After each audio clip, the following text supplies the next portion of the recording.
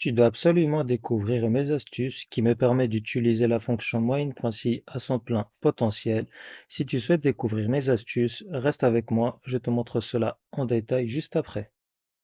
Avant de plonger dans ce tutoriel, n'hésite surtout pas à liker cette vidéo et si ce n'est pas encore fait, à t'abonner à ma chaîne. Et si tu souhaites booster tes compétences sur Excel, ma formation Express Excel est toujours disponible. Si tu souhaites rejoindre ma formation, tu n'auras plus qu'à cliquer sur le lien en description. Et donc, sur la semaine du 3 novembre 2025, j'ai vendu trois articles qui sont la confiture, le miel et le beurre. Et à partir de la fonction moyenne.si, je vais ici retrouver la vente moyenne par jour selon un article bien déterminé. Pour cela, je vais ici retrouver la vente moyenne par jour à partir d'un article que j'aurai sélectionné. Et donc, je vais aller au niveau de la cellule, là où j'indiquerai l'article dont je souhaite retrouver la vente moyenne par jour.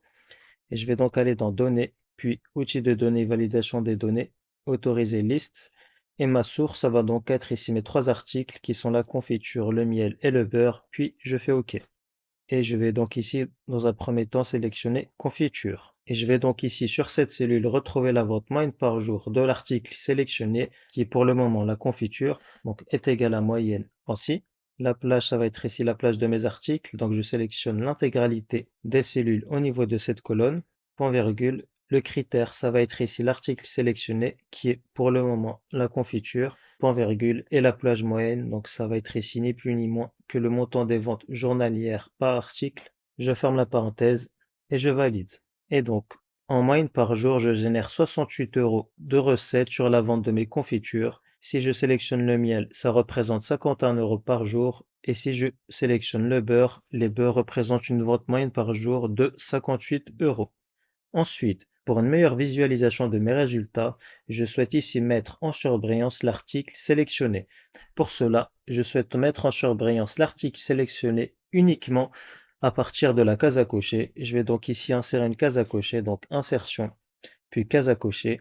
Je vais donc appliquer ma règle de mise en forme conditionnelle, donc je sélectionne une nouvelle fois l'intégralité de mon tableau. Mise en forme conditionnelle, nouvelle règle, et je vais ici utiliser une formule pour déterminer pour quelle cellule le format sera appliqué. Et il y aura donc deux conditions à remplir. Je vais donc ici utiliser la fonction et j'ouvre la parenthèse.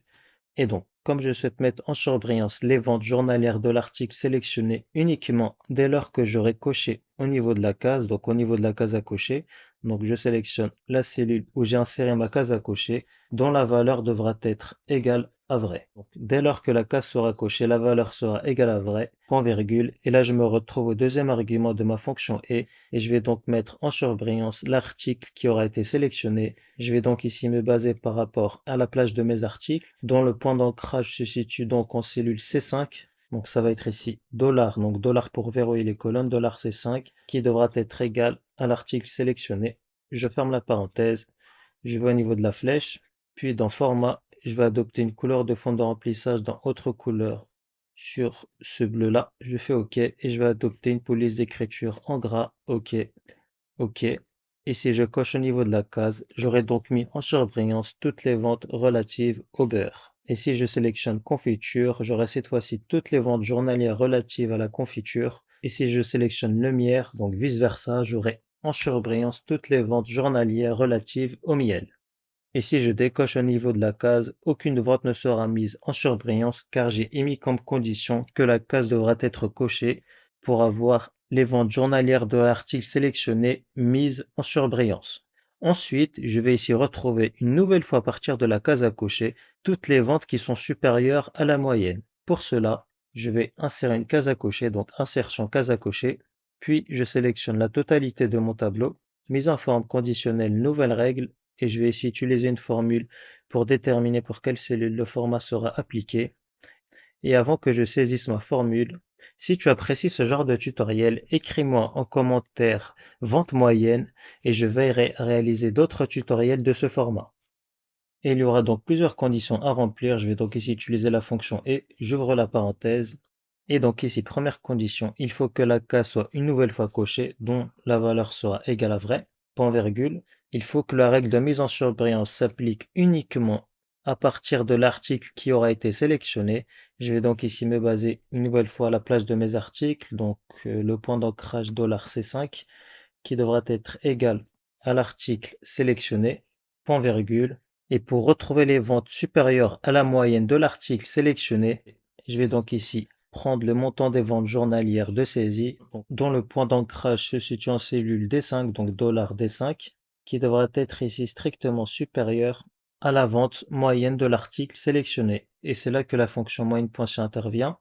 Donc j'utilise la fonction moyenne.c, j'ouvre la parenthèse. Le premier argument, ça va être ici la plage de mes articles, point virgule. Le second argument, ça va être ici l'article sélectionné, point virgule. Et le troisième argument, ça va être la plage du montant des ventes journalières. Je ferme la parenthèse pour refermer la fonction moyenne.c et je referme la parenthèse pour refermer la fonction et. Puis je clique au niveau de la flèche, je vais aller dans format, autre couleur et adopter une couleur de fond de remplissage en vert. Je fais OK. Et une police d'écriture en gras, OK et OK.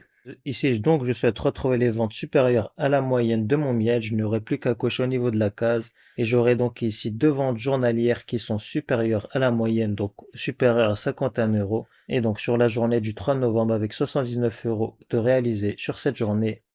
Et également, le 6 novembre, avec 55 euros de réalisé sur cette journée. Et si je sélectionne un autre article, la confiture, donc respectivement 82 et 83 euros, généré le 4 et le 7 novembre.